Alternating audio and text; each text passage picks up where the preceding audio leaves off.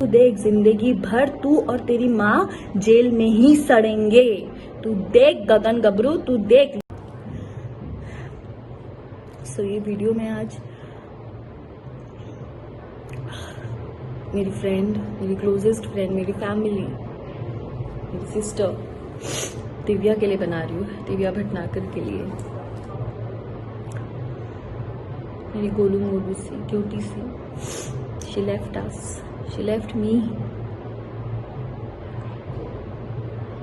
अभी तो बस उसने स्टार्ट किया था कि अपनी तरीके से वो जिंदगी जिएगी इंडिपेंडेंटली, किसी के ट्रैप में नहीं आएगी,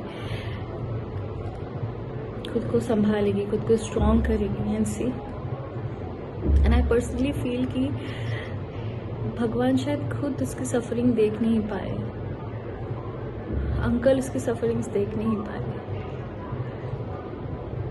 इतने सालों में, पिछले 9-10 सालों में आज तक मैंने कभी नहीं देखा कि दिव्या ने किसी के लिए कुछ गलत किया, किसी के साथ गलत किया या किसी को दुख भी पहुंचाया है।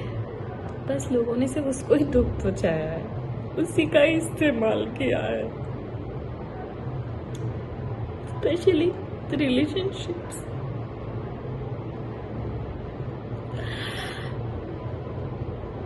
ये हर एक लड़की गलती करती है, एक रिलेशनशिप से गंदे से धोखा खाने के बाद कहीं से भी थोड़ा भी कोई सहारा दे देता है, वो लड़की बिना सोचे समझे उसे अपना सहारा मान लेती है, बिना उसका बैकग्राउंड जाने, बिना कुछ जाने।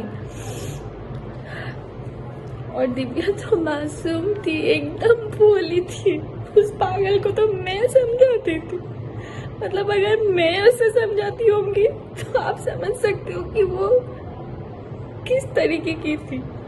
मैं खुद इतनी इमोशनल हूँ तो वो मेरा 1000 गुना थी। आज ये वीडियो मैं बना रही हूँ, बहुत जरूरी है ये बनाना, स्पेशली उस इंसान के लिए जिसकी वजह से मेरी दिव्या ने इतना सफर किया। आई नो कि आज दिव्या के साथ जो भी हुआ, दिव्या हमारे बीच में नहीं है, it is because of Covid. But जो मेंटल स्ट्रेस, जो फिजिकल अब्यूज उसके साथ हुआ है, कोई भी इंसान अगर उस फेज से गुजरता तो छोटी सी एक बीमारी से भी लड़ने की उस इंसान के पास ताकत नहीं होती है। तो फिर भी कोविड था। बहुत ही शराफत से, बहुत ही शांति से मैं आप सबको ये चीज बता रही हूँ, एंड स्पेशली टू यू गगन गबरू। उस दिन तूने क्या पोस्ट किया था कि उसकी माँ और भाई तेरे रिलेशनशिप्स के अगेंस्ट थे और वो नहीं चाहते थे तेरी शादी होए, और तेरे नाम पे वो पब्लिसिटी ले रहे। तेरी औकात क्या है? क्या औकात है तेरी? तू कौन है? तू यहाँ पे जो 4-5 जो गिने चुने आर्टिस्ट को भी जानता है ना, वो दिव्या के बदौलत भीख मांग के तू हिमाचल से दिव्या के साथ यहाँ रहने आया था। और जो तेरे अगेंस्ट में सिर्फ उसकी फैमिली नहीं, मैं भी खड़ी थी। इसीलिए वो 4 साल मेरी दिव्या से बात नहीं हुई थी, क्योंकि मुझे पता था कि तू ऐसा ही निकलेगा। पर दिव्या तेरे प्यार में इतनी अंधी हो गई थी, इतनी अंधी हो गई थी, तूने तेरे बातों में इतना फंसा लिया था कि उसको आगे पीछे कुछ दिख नहीं रहा था। इसलिए वो ना अपने माँ बाप की सुनी, ना भाई की सुनी, ना मेरी सुनी, ना बाकी दोस्तों की सुनी, और जिसके वजह से आज वो हमारे बीच में नहीं है।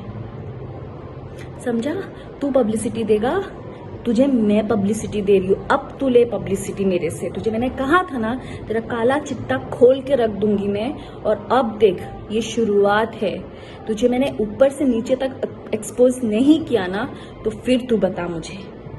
तो तेरे अगेंस्ट जो हम लोग खड़े थे वो इसके लिए गगन गबरू, क्योंकि तू मॉलेस्टेशन एक केस में शिमला में तेरे ऊपर केस चल रहा था, और जिसकी सजा 6 महीने जेल में रह के तू लास्ट ईयर भुगत के आया है, वो भी बेल पे। और अभी कभी भी तू अंदर फिर से जा सकता है, और अभी तू जाएगा ही, क्योंकि तूने जो मारपीट की है दिव्या के साथ इतने सालों तक, तूने जो टॉर्चर किया है, मेंटल टॉर्चर, जिसकी वजह से वो इतनी स्ट्रेस में आ गई, इतनी बीमारी बीमार पड़ गई, उसको डायबिटीज हो गया, हर एक चीज तेरे वजह से हुआ है जो तूने उसको टॉर्चर किया है।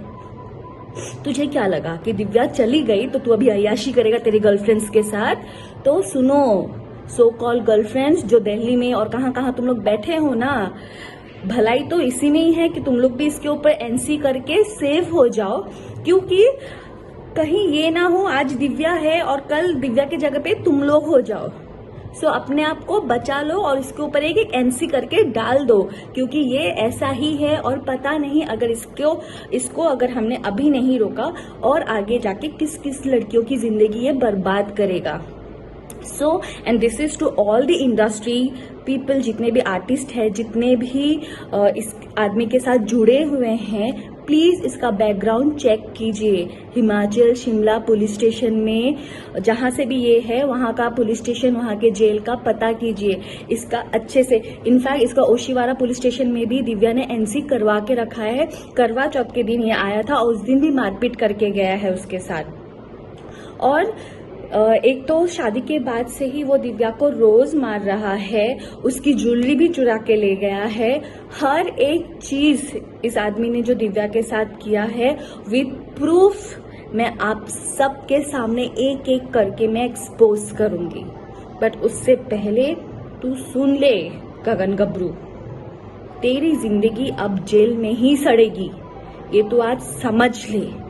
तूने जो किया है ना दिव्या के साथ, उसका हिसाब तो भगवान ही तेरा अब करेगा।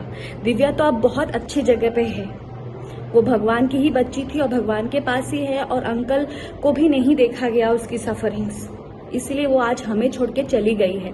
पर तूने दिव्या को हमसे छीना है ना, तू देख जिंदगी भर तू और तेरी माँ जेल में ही सड़ेंगे।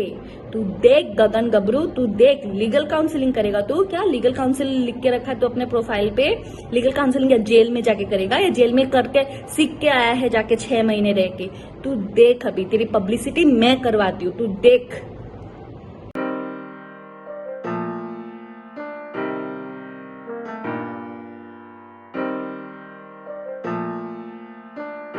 मेरी गोलू मोलू सी क्यूटी सी, she left us, she left me। अभी तो बस उसने स्टार्ट किया था कि अपनी तरीके से वो जिंदगी जिएगी इंडिपेंडेंटली, किसी के ट्रैप में नहीं आएगी, खुद को संभालेगी, खुद को स्ट्रॉन्ग करेगी। And see, and I personally feel कि भगवान शायद खुद उसकी सफरिंग देख नहीं पाए, अंकल उसकी सफरिंग्स देख नहीं पाए। इतने सालों में, पिछले 9-10 सालों में आज तक मैंने कभी नहीं देखा कि दिव्या ने किसी के लिए कुछ गलत किया, किसी के साथ गलत किया या किसी को दुख भी पहुंचाया है।